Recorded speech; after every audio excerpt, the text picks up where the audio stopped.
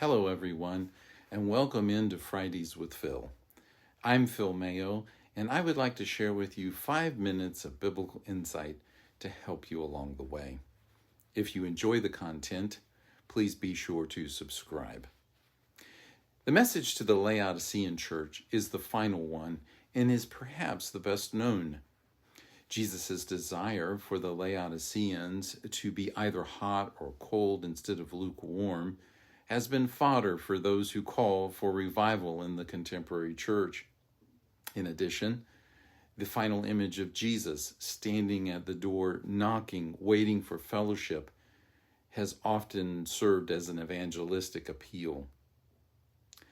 The Laodicean message, like its predecessor to Philadelphia, opens with a description of Jesus not drawn from John's chapter 1 vision.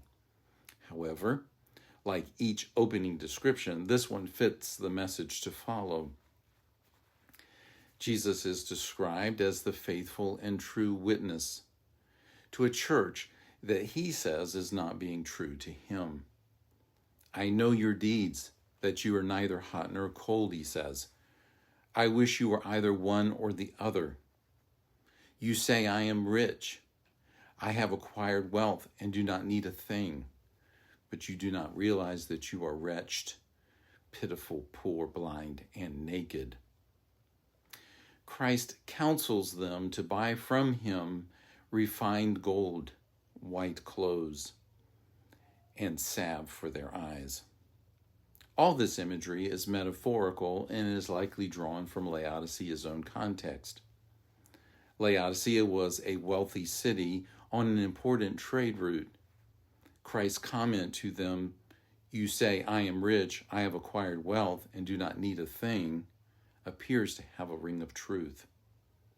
After a severe earthquake in AD 60, in which the city was leveled, Laodicea was rebuilt by its citizens without any outside financial assistance.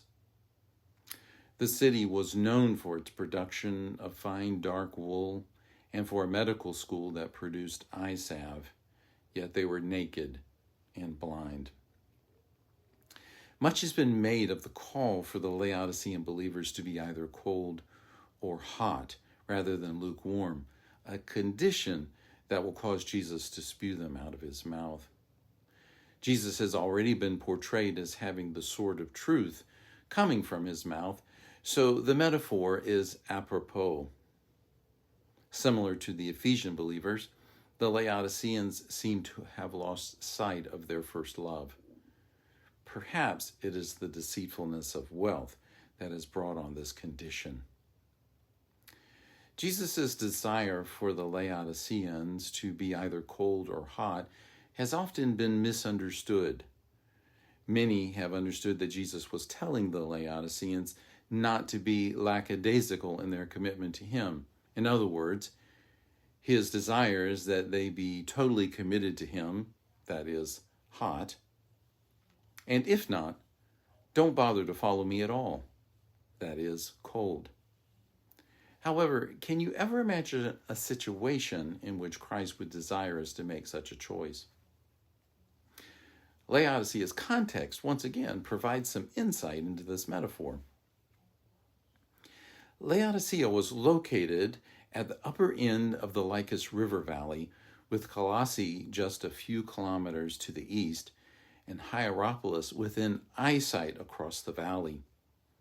Hierapolis was famous for its hot springs, to which people would come for its healing properties. The white travertine is still visible today from the archaeological site at Laodicea.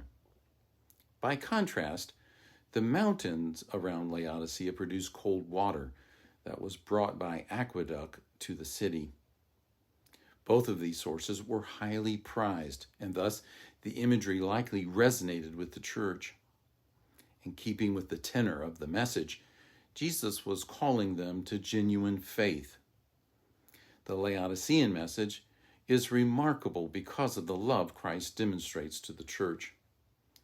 This is true of all the messages, but in this message, Christ has no commendation, only condemnation. Those whom I love, I rebuke and discipline. Here I am. I stand at the door and knock. To the one who responds, he offers intimate fellowship. This is not only an invitation to the Laodiceans, it's an invitation to us as well. No matter our state, Christ invites us to repent and enjoy fellowship with him. What will our response be? Next week, we'll look at the throne room vision of chapter 4. Won't you join me? Thank you, and God bless you.